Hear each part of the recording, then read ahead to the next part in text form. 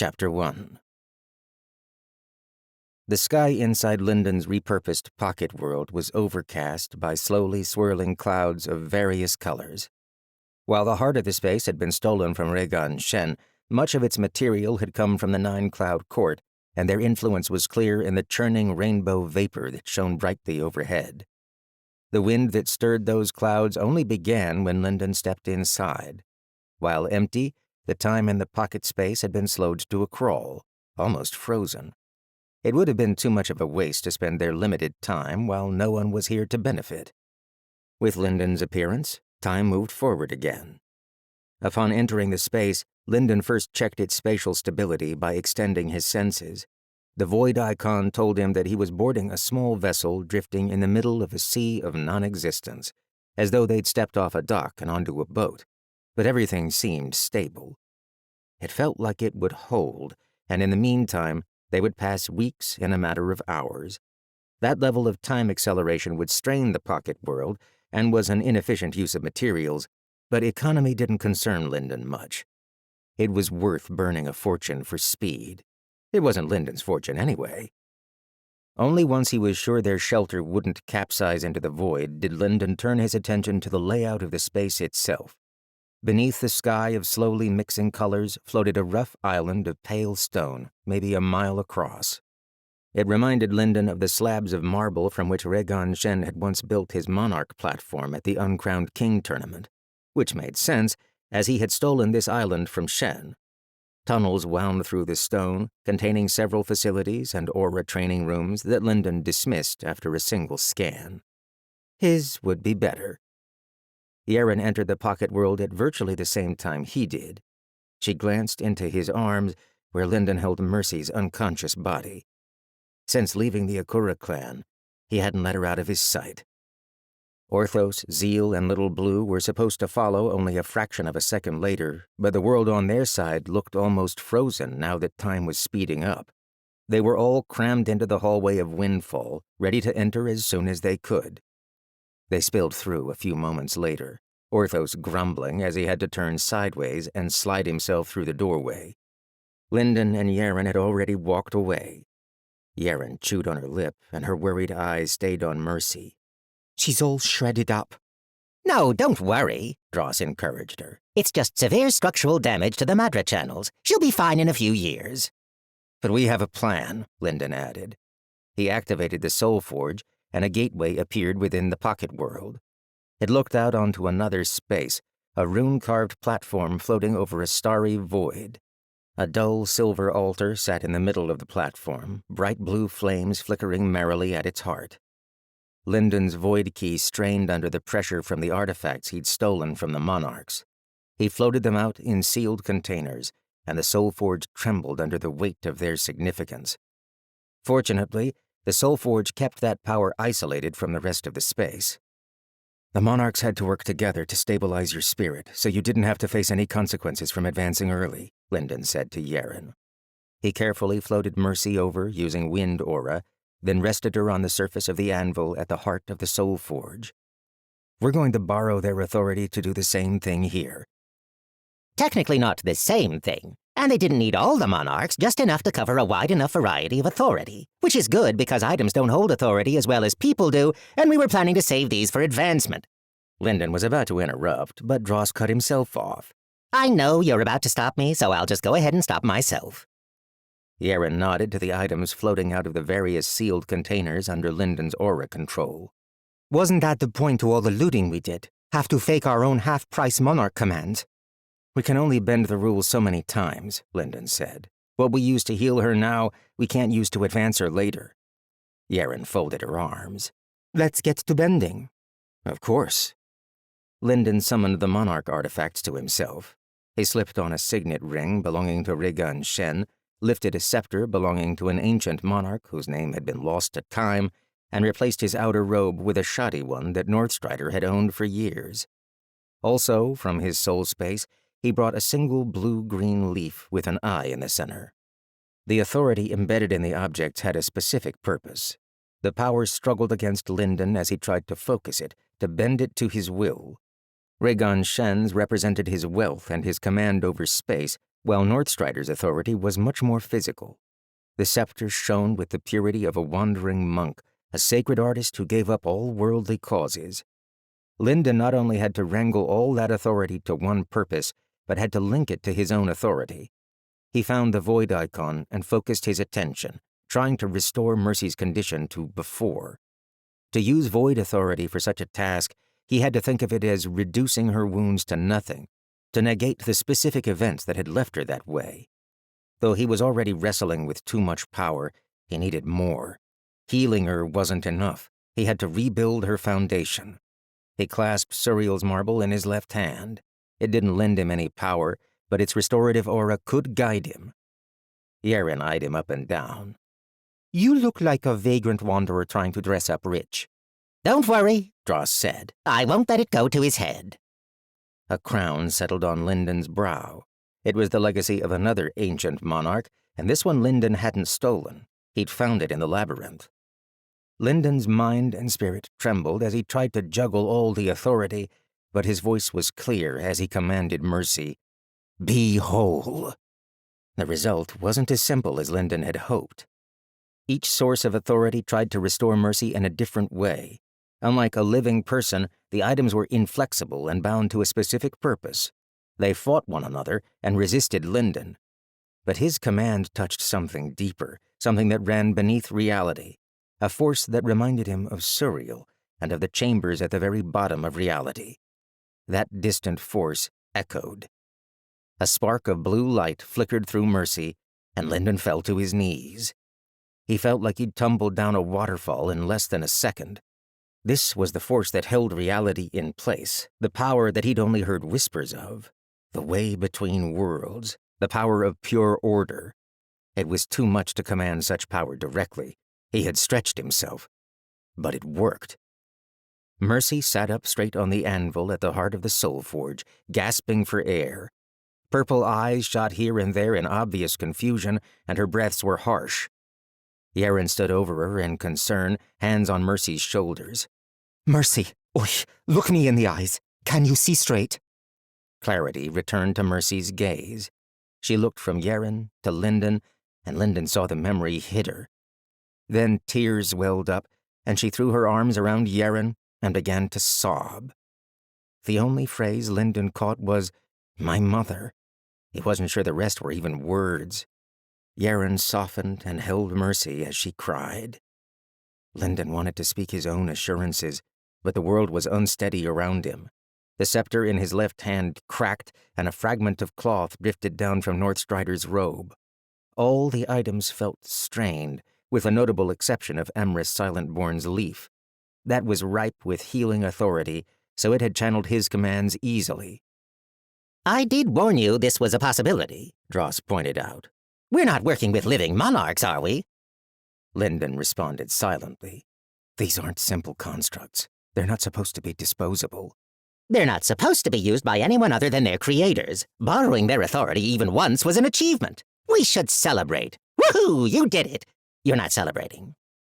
Lindon was focused on the scepter. He could fix the physical damage to the item easily enough, but it was the symptom of a deeper problem. In the worst case, we might need to use these 4 more times. How do you feel about once more? Lindon cast his mind through other options. Emrys Silentborn would cooperate with them, and if it came to restoring spirits, there was likely no monarch better. But bracing a spirit to speed through several advancement levels was harder, and it was too much to ask for more than one monarch to help. In theory, he could get new objects of power. There was plenty of the labyrinth he hadn't explored yet, and he could still use its transportation power to steal more from the monarchs. In practice, they didn't have the time for that. We haven't managed to open everything we stole yet, Dross encouraged him. I'm sure we'll get everyone up to standard in time. Even inside a pocket world that ran 100 times faster, time was their limiting factor. But there were other possible solutions. We'll continue as we are, Lindon thought. I'll work on it. Oh, good. I was worried I was going to have to work on it. You already have a job. Lindon felt Dross's mind flash with thoughts of twisting dreams and white halos before Dross sighed and agreed. Mercy wiped the mess off her face with the backs of her black-gloved hands as she sniffled. She looked to Lindon. Thanks. I don't know what I'd... She trailed off. Lindon inclined his head to her. "We were never going to leave you behind," he said. "But I do regret that we had to fight your mother." Mercy sagged back down against the altar. You should ascend. She won't let you go anymore. She'd better ask us to let her go, Yeren muttered. Lindon scanned Mercy's spirit, drawing her attention to her own condition. "You'll be able to ascend yourself soon." She smiled sadly. Yeah, I'm sure I will. I'll be right behind... Mercy froze with her mouth open as she checked her spirit. An instant later, the Book of Eternal Night manifested over her head. It was larger and brighter than ever before, more distinct. Its connection to her spirit had improved, thanks to her forcing open the 7th page. Normally, that would be more burden than she could handle. Instead of an advantage, it would be a crippling weight that settled on her spirit. But now, the authority of monarchs had reinforced her soul. She was restored, rebalanced, grounded in reality. What? She asked. Yeren shrugged. Sage thing. Nothing I could do on my own, Lindon said humbly. I'm afraid I had to borrow from my predecessors. While they spoke, he packed away the monarch artifacts into their sealed containers and floated them back into his void key. Am I a herald now? Mercy asked in wonder. Green horns poked around the Soulforge portal, and Zeal peeked in. That would be unfair. To Lindon, Zeal felt almost as steady as Mercy did, especially compared to the wounded, unbalanced soul he'd possessed for most of the time Lindon had known him. Not only was his spirit more stable than Lindon had ever felt it, but there was a curious depth to it that Lindon knew to be the first few wisps of vague authority. Zeal had begun to resonate with an icon, as Lindon had sensed before, though it was hard to tell which one. Not a herald, Yeren assured Mercy. But Lindon's not explaining it, so I'll take a swing at it. The book tore you up on the inside. He borrowed some monarch tools to fix you, which left you more stable than ever. She turned to Lindon. How'd I do? Exactly right. Dross manifested over Lindon's shoulder. He's being generous. You missed a lot of nuance and effort, mostly on my part. Glad you made it, Zeal said. His voice was flat as ever. Mercy teared up again. Thank you, Zeal. I need some time to... She started crying again. Zeal coughed and slid slowly back out of sight. Yeren took Mercy underground to the few half-finished caves that were the only shelter currently on the island. Lindon stayed behind with Zeal, Orthos, and Little Blue. They stood on bare marble, looking up into the color-swirling sky as a dry wind swept dust past them. Little Blue whistled a question.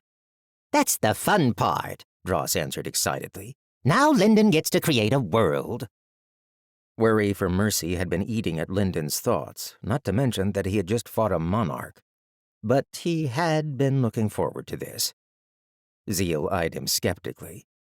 Shouldn't you rest before you try something like this? Lindon adjusted his sleeves. If I don't feel like I can handle it, I'll stop. Would you all open your void keys, please? Zeal shrugged and obeyed. A door opened in the air next to him. Orthos was next, and even Little Blue, though she only activated one that Orthos had carried for her. Even through all the scripted containers and restrictions Lindon had placed, power radiated out of the keys. Space trembled gently, though Lindon was encouraged that the pocket world remained stable. He didn't have a single void key big or strong enough to contain everything he'd stolen from the monarchs. That thought cheered him greatly. Orthos faced his own void key. Tell me where to start. Lindon reached out with soul fire. In his copper sight, wind aura was a strong, vivid green here. With fingers of wind, Lindon seized a chest from Orthos's void key and brought it out. At the same time, his soul fire resonated with the yellow veins of earth aura beneath his feet. Guided by vital aura, the marble on the edge of the island flowed up into another cave entrance. The cave continued beneath the surface, though it wasn't deep. I'll make our cycling room first, Orthos, Lindon said. We don't have as much space as I'd like, but it will be big enough for the two of us. Orthos watched Lindon use complex ruler techniques effortlessly even without a compatible path, and snorted smoke. Lindon felt a spark of the turtle's jealousy and smiled slightly. Before long, Orthos would be able to do this himself. Orthos scanned around the marble ground, looking for something, so Lindon diverted a little earth aura to create some pebbles for him to snack on. It's rare for any sacred artist to be able to cycle with ultimate natural treasures, Dross said. He manifested next to Lindon, looking proud. Let's all thank the monarchs for financing our operation. Little Blue applauded. The first chest from Orthos's void key opened, and suddenly the temperature in the entire pocket world rose several degrees. Red gold light spilled out, and all the fire aura Lindon could see strengthened visibly as he lifted out the heaven's torch. It looked almost like a miniature reddish sun, and manipulating it with wind caused the aura to become infected with heat. Gusts of flame blew away, and without Lindon's control, fires would have started all over the island. He drifted the natural treasure into the cave, and Zeal squared his shoulders. I'll handle the containment script, he said, so Lindon stopped etching it into the surface. Oh, gratitude. Zeal stared at him. You were doing it yourself, weren't you? I'd rather leave it to the expert. In truth, Lindon was very practiced with the Black Flame containment script, but Zeal would save him some time, at least a minute or two. Zeal trudged off, appearing even less eager than usual. After the Heaven's Torch came a heavily scripted tank. Lindon couldn't manipulate this treasure directly, as even the incidental effects of aura exposure might cause a disaster. It resembled a fist-sized droplet of gray liquid, shifting under its own power. Although gray wasn't the perfect way to describe it. On closer inspection, neither was liquid. It was a flickering, buzzing gray that looked like the world hadn't made up its mind what color it should be, and it shifted and twitched in place like it was made of 10 million tiny insects. Little Blue shuddered back from it, while Orthos gave a gasp. Void matter, Lindon said. The ultimate treasure of destruction aura. I never thought I'd see it with my own eyes, Orthos said. You can thank Raygon Shen. Lindon placed the tank containing the natural treasure inside the cave, close to the Heaven's Torch, but not too close. He would have to rearrange them manually for perfect balance, but first he could at least get the treasures in the same room. Lindon turned his attention to another location and began to raise a second cave entrance. Into Yaren's training room, Lindon placed a blade crystal, a paper-thin jewel that he had to hold gingerly with aura. One of the forms of ultimate sword treasure, the crystal was so sharp that it was better used for training than actual combat. She would balance that out with the heart's gem she already possessed, so he moved on to Mercy's training room. That he filled with a drop of abyssal ink, which rejected all light. He had to wait until Zeal finished the containment script for that one first, or it would have darkened the entire pocket world. Once that cave was hidden with a darkness so impenetrable it twisted the eye, Zeal stood up from where he had been etching script into the stone. I know you're about to surprise me, he said. I don't even know why I'm saying anything. But if you couldn't find a force treasure, I don't blame— Lindon floated a box out of Little Blue's void key. This one had been relatively easy to transport compared to the others. He opened the box and delicately lifted a head-sized ball of what seemed to be bronze. The Sovereign Drum. As you know, force treasures rarely form naturally. This one was made by sacred artists before the Dread War. Zeal took it with precise care and carried it into the cycling room himself. Lindon was relieved. His own force control was rudimentary compared to Zeal's, and an accidental strike of the Sovereign Drum could release enough power to blow the island apart. The monarchs must hate you, Zeal said. They do, Lindon replied. Most of the island was taken up by a broad stone building Lindon built for sparring. He reinforced it with rare metals and powerful scripts, and he would continue reinforcing it over the coming days. Ideally, he would have an entire separate space for that, as the hole was very small considering the scale of Monarch techniques. But he was confident he could get it to withstand Monarch-level power. After that, he raised up a more attractive building and separated it into rooms. Orthos and Little Blue began carrying furniture inside. He had hated to take up valuable void key space with things that had no spiritual power, but they had to rest somewhere. Finally, Lindon only had one stretch of the marble island left to work with. He raised pale stone into a long, narrow building with 8 rooms, like a stable made to hold exactly 8 horses. Zeal walked up as though to begin working on another script, but hesitated. "Who is this for?" "All of us," Lindon said. If it works, Dross put in. And this one really might not. He drifted away from Lindon, carrying a simple construct carefully. The construct shone strange colors, radiating the power of corrupted dreams. It had been made from a piece of the Silent King's halo. Dross placed the construct into the center of the leftmost room and fled, reappearing over Lindon's shoulder. "You aren't going to activate it?" Lindon asked. I'm looking forward to it. I really am. Oh, I can't wait. But maybe you do it. "It won't hurt you." We don't know what it will do. That might be true. Lindon was painfully ignorant of the forces he was about to invoke, but he needed to learn. With a pulse of pure Madra, Lindon activated the construct. An illusion filled the room. It was the image of another cave, one made of dark blue-black stone, a hollow that had been carved into the very foundation of the labyrinth. It was filled with flickering images. Lindon looked into it and saw a kind of mirror. Himself as an unsouled, himself with no dreadgod arm, dying of old age, his parents as children, Yeren fighting Malice with her sword arms black instead of red. Past, present, and future flickered in a headache-inducing collage.